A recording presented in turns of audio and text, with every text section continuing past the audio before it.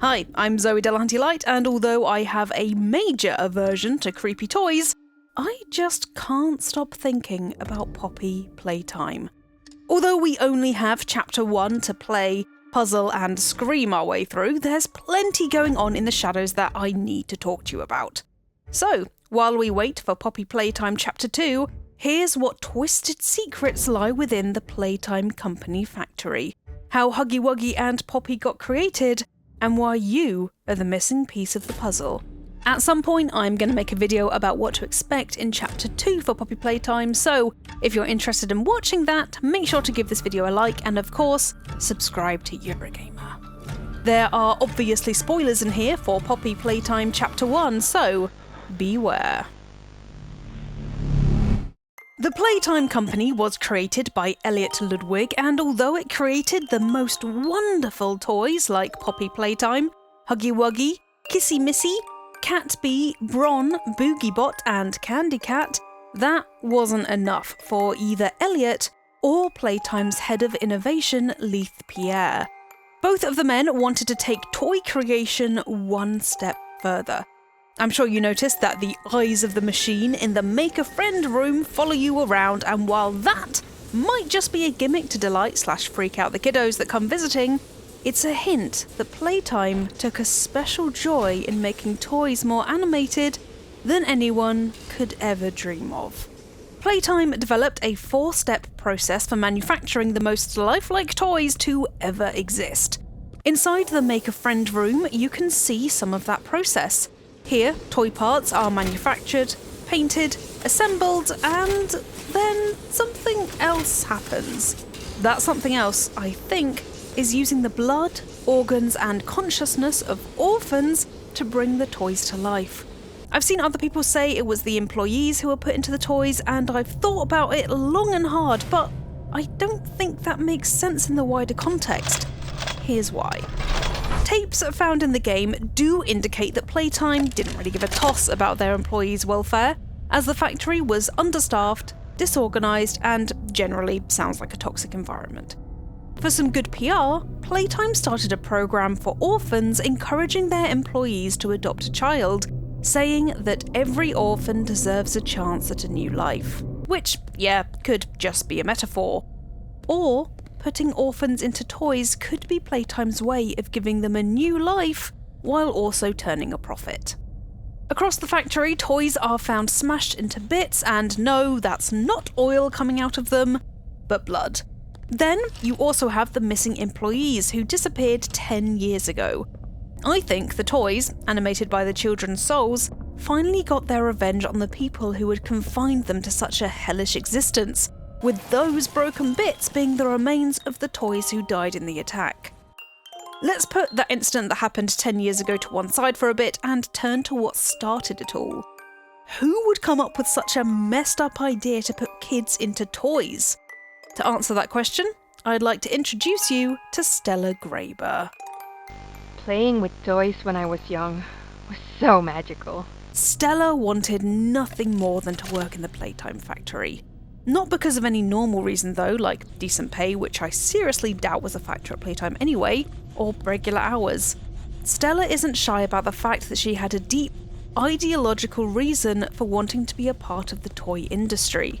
See, Stella seriously missed being a child. During her interview, she says, "Sometimes though, I really wish I could go back. To being a kid, I mean." And mourns that adulthood is an inevitable part of life, saying, "Human bodies just can't stay young forever." Leith Pierre might have been Playtime's head of innovation, but I think it took meeting Stella for Leith to realise the potential of what toys could be. In my theory, Stella became part of his innovation team, and it might have even been her, rather than Leith, who devised the process for putting orphaned children into toys and giving them a chance at a new life. One where in her twisted mind, they'd remain young forever and spread happiness wherever they went. At some point, putting kids into toys just wasn't enough for Playtime. Huggy Wuggy, its best-selling toy, was flying off the shelves. Deep inside the factory, it was decided that a new, better Huggy Wuggy would be created, one that turned the toy into a living, sentient being who could hug children for real. Something that unique would bring in the big bucks, but I think this was the beginning of the end for Playtime. From the very beginning, it's clear that this Huggy Wuggy is not merely a mascot for Playtime. Leith Pierre's message to trespassers on this VHS states that this facility is full of hidden motion triggers, which, once set off, will turn on the factory's emergency alarms and directly contact the authorities. And that's one of the more tame aspects of our security system. Ominous, right? Here, I think he's referring to Huggy Wuggy. Having created a territorial creature/toy capable of restraining people with its quote-unquote hugs, while Playtime figured out how to market or replicate such a toy, I think they came up with the idea to use it as a security system for the factory. Because hey, if it catches an unsuspecting trespasser, that's just more bodies for the innovation department, right? So, if there was time to make that VHS tape, chances are there was a period where Huggy Wuggy worked as intended, obedient and protective of the factory after hours. So much so that employees had to be warned not to stay past 8 PM so they didn't get hunted by it. I think when the Toy Revenge Massacre started, Huggy Wuggy probably helped them out for reasons. I'll get more onto why Huggy Wuggy did what it did and why it acts the way it does in Poppy Playtime in just a bit. Time for Huggy Wuggy anatomy class, everyone, and if you're squeamish, don't worry because this is all stitching and the occasional mention of teeth. Huggy Wuggy does not move like a human. Drooping posture, not using its hand to steady itself on a door frame when bending down, the ability to contort into small places, Huggy Wuggy is a completely new kind of being as it doesn't have any human muscle memory. Clearly, Huggy Wuggy isn't stupid either, knowing to stay still and benign until trespassers arrive, biding its time in the game, although there are signs it's not a model. Look closely and you can see it breathing. Then more concrete evidence arrives at the end of the game when you can see blood splatter out of it as it falls to its death. Die, you horrible piece of blue hell. Anyway, some people say that Huggy Wuggy has human eyes behind those big black ones, but I think that's actually just the reflection of the floor. However, what Huggy Wuggy lacks in extra eyes, it makes up for in extra mouths. Get eaten in the game and you can clearly see this secondary mouth, though efforts have been made to keep both sets of dangerous, pointy teeth under control. At first I thought these things inside its mouth were saliva, but actually they're thread. Someone tried to sew Huggy Wuggy's mouth shut. Perhaps this was the innovation team when they realised Huggy Wuggy doesn't so much hug as bite, so they thought they'd try to pacify it so they didn't have to explain away trespasser blood on the factory floors each morning and risk a lawsuit. As well as keep the employees Playtime cared so much about safe, of course. Quick tangent here. Although the Huggy Wuggy that chases you around the factory is massive, around its feet you can see smaller versions of the blue furry abomination. One even having a creepy toothy smile and jet black eyes. With multiple Huggy Wuggy boxes broken and scattered around the place looking like something had made its way out of them, either all the Huggy Wuggy toys, no matter how big they are sentient in some kind of way, or Big Huggy Wuggy got peckish and committed some intraspecies cannibalism. Right, that's Huggy Wuggy's biology done. Now let's turn to why it switched between first helping you, then chasing you through the factory. Once your heart rate has slowed down a bit after you escape it in that tunnel, it becomes clear that Huggy Wuggy was shepherding you towards Poppy's room. Whenever you're going the wrong way and would have got further from the Poppy room, Huggy Wuggy was there to usher you in the right direction, like leaving you the key to the power room, in the make a friend room, and in the tunnels here and here. Get caught by it and you are munched down on, but no worries. After a mysterious VHS screen, you find yourself back where you started. One of those mysterious tapes reads Experiment 1006. Isn't he wonderful? You might think this is talking about Huggy Wuggy. Aside from the fact that Huggy Wuggy is not wonderful, it's murderous and dangerous as its creators knew because they had to sew its mouth shut, there's some more evidence that Experiment 1006 isn't Huggy Wuggy, but you. Hear me out, I do have receipts. First, we have a report about Experiment 1006 that appears briefly during the Poppy Playtime trailer. The text is hard to read though, it scrolls, is obscured by other words, and is cut off on the side, so I did the sensible thing and spent an hour in Photoshop stitching the full report together, adding the missing letters and brightening it up a bit. It reads, Archived data. Experiment 1006, the prototype. He seems serviceable as the prime example for the type of vessel which we are trying to create. Despite his digestive tract being wired properly, the prototype finds no necessity for sustenance, unlike the others. All other experiments can only survive while subsisting on much larger portions. Huggy Wuggy does eat. He eats you. And this audio tape has him massacring people in the background, and there are no bodies of humans in the Playtime factory, so they were probably eaten by something. Maybe Huggy Wuggy or the other toys, who knows. Not needing any sustenance is a desirable trait for the vessel Playtime is trying to create.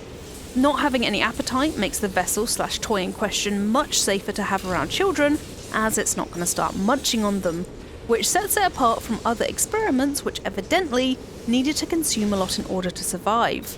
So, Experiment 1006 surely can't be Huggy Wuggy. You could be Experiment 1006. Meaning, yeah, you're a toy. Hence being slightly too small for the turnstiles and most things in the factory, using the grab pack to help you pick things up, being able to fit through the conveyor belt tunnels which are not made for humans, and this door in Poppy's room being exactly your size. Remember, you don't die when you get caught by Huggy Wuggy. Instead, it feels like you get reborn, rebooted, or resurrected. Getting a chance at a new life, just like in that orphan poster, could be the thing that makes you, Experiment 1006, wonderful. The dying words of one of the scientists makes it sound like Experiment 1006 had a hand in the disappearance of the employees too. Have a listen. Final log. In relation, Experiment 1006, the prototype. Coordination and cooperation is evidently within his skill set. Though still missing, today's events are no doubt in relation to him. Any future experiments will need to be contained and disposed of in a secure location. Experiment 1006 went missing after not being contained properly, coordinated and cooperated with the other experiments, and Huggy Wuggy got let loose too.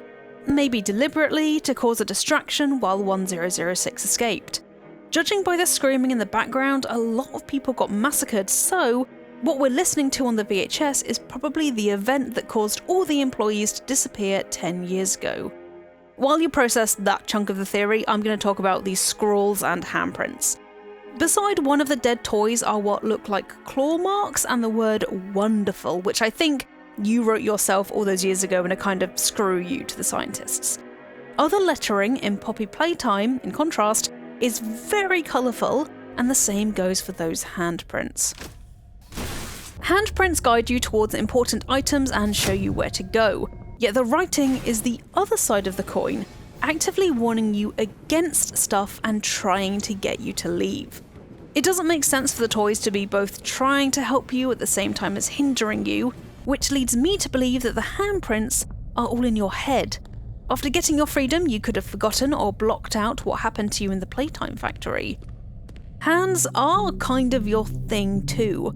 On all the VHS tapes scattered around the factory, you only ever see hands. Huggy Wuggy's hand, a grabber which kind of looks like a hand and does the same thing, Stella's hand, and a skeletal hand with ominously long fingers. Come to think of it, the only bit of your body that you see are the hands of the grab pack. This smells like some kind of repression for me, and that could be me reading too deep into it, as if Experiment 1006 can't quite process the human figures they're seeing on the screen, with colourful handprints, the only thing they really know, leading them to where they need to go. It's a bit of a reach, but that's how I interpret it. A part of your subconscious wants to save the orphans or employees still trapped there, which is why the handprints, a manifestation of your past, guide you towards what you need to do to progress. Plus, the death screens also encourage you to keep going as if helping has been programmed into you, or as if someone's talking to you. Perhaps Poppy, more on her in a bit, saying stay, they need help, more lives are at risk than just yours, death isn't permanent, and I need you alive. Helping is a part of what you are by the sounds of it. Then there's the writing in the tunnels. Loads of different messages are here, and I've picked out the most important ones. Stop, danger, you will die, don't, no, turn back, all of which are trying to prevent you from getting to Poppy as she's dangerous in some way. Then there's these ones. I'm so hungry and starving. That report I mentioned a while back said that the other experiments needed to consume a lot to sustain themselves, so I think the toys wrote these messages, famished from having been without food for so long. Finally, the two most telling bits of writing. Elliot, as in Elliot Ludwig, founder of Playtime, and leave her to die. Her, here, refers to Poppy in my mind, meaning the toys might see Poppy as the cause of all this, wanting to punish her or make sure she doesn't get free and cause more destruction. Then there's the mention of Elliot Ludwig. I wouldn't be surprised if the toys were cursing his name or making sure anyone who stumbled across the factory knew who was to blame for all this death. That's about all I can wrangle from the literal writing on the wall. Okay, it's time to talk about Poppy. Here we go. Poppy, obviously, is not a real doll. She kinda admits it herself, saying, I'm a real girl, just like you. It's a bit on the nose, but it's true. Poppy is a real girl, and she's trapped. Like the other toys, there's something organic within Poppy. Her eyes are uncannily realistic, the way they move is uncannily realistic, and then there's the Poppy Playtime maintenance tape. Maintaining Poppy is a closely guarded secret, as you can tell by all the notices at the beginning of this maintenance tape made by Playtime. So this bit I'm about to show you is strictly confidential. Gross, right? I think it's a voice box or something, as it's where the pull string is for her to speak. Directly after it's pulled out using surgical tongs, this screen flashes up. Whatever's imprisoned inside Poppy evidently wants to escape, and she certainly tried. You can see Poppy's head move to the side while blood is splattered around, making me think she put up a bit of a fight. Part of maintaining Poppy is making sure her insides remain up to code or something. Evidently, there's something inside her that needs tweaking to keep her acting the way Playtime wants her to. Whatever, or whoever, is inside Poppy might start fighting back and figure out how to break free if quote-unquote maintenance is put off for too long. Hence why the factory needs to periodically fiddle with whatever this is. Interesting note is that this bit from the trailer looks like found footage and takes place in the same location as the maintenance tape. So originally, maybe this is how we were going to meet Poppy for the first time. Instead, this is how we first lay eyes on her. Someone has obviously tried to keep Poppy happy. She's in a special complex with nice wallpaper, cozy cushions, toy boxes and a rocking horse, making it all look like a child's room. Probably in an effort to convince her she's a child or appease her somehow. Whether she was sleeping in the case or stuck in there, Poppy couldn't get out of there by herself. None of her limbs or her head moves in any of the footage we've seen of her, so Poppy might not be able to do much for herself beside move those huge eyes of hers. Otherwise, surely she'd let herself out of the case. Unless someone sent her to sleep a long time ago by playing this lullaby we can hear, that is, and opening her case woke her up after all those years. The way she says, You opened my case. Sounds like she can't quite believe it, as if she's grateful that at last someone's come to her. Despite the disturbingly saccharine surroundings, someone or something did not want you to get to Poppy. Decapitated toys are hung around the door to her room, as well as writing telling you to turn back. It's as if someone, the toys probably, are trying to warn whoever might get that far to not disturb Poppy. I'll be honest with you, I don't think we should trust Poppy. Surely if freeing her would help the toys to be freed themselves, that's what they'd want.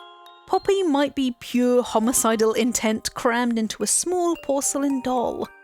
On the other hand, freeing her which is clearly what whoever programmed you and led you to the factory wants, is probably step one in finding all those people that went missing, even if that does mean letting loose something quite dangerous. So, I know I've spoken a lot about the orphans being trapped inside the toys. Yet, I don't think Poppy has a child inside her, but instead, Stella Greyber. Remember her? I mentioned her right at the beginning of the video. It was her who wanted to go back to her childhood, meaning she could have been a willing test subject and been put into the very first Poppy Playtime so she could be a child again. Kind of. Both Poppy and Stella are voiced by the same actress, so this is entirely possible. Or Stella could be the mummy that Poppy mentions in the trailer for Chapter 2, as the person who created Poppy. Regardless of which one you believe, Poppy is key to finding out more about what happened at the Playtime factory. Chapter 2 promises more information about what's behind that mysterious blocked-off door, and who exactly Poppy's mother is, so until it comes out, for now this is all we know about those events 10 years ago. So, there you go. That's the secrets behind Poppy Playtime explained. What do you think went on in the Playtime factory, and what do you think is going to happen in Chapter 2? Let me know in the comments below. If you enjoyed the video, thanks very much, and don't forget to give it a thumbs up and subscribe to Eurogamer, as we have a new video out every single day. Now, if you'll excuse me, I'm going to go, so remember to stay hydrated, folks, and I'll see you next time.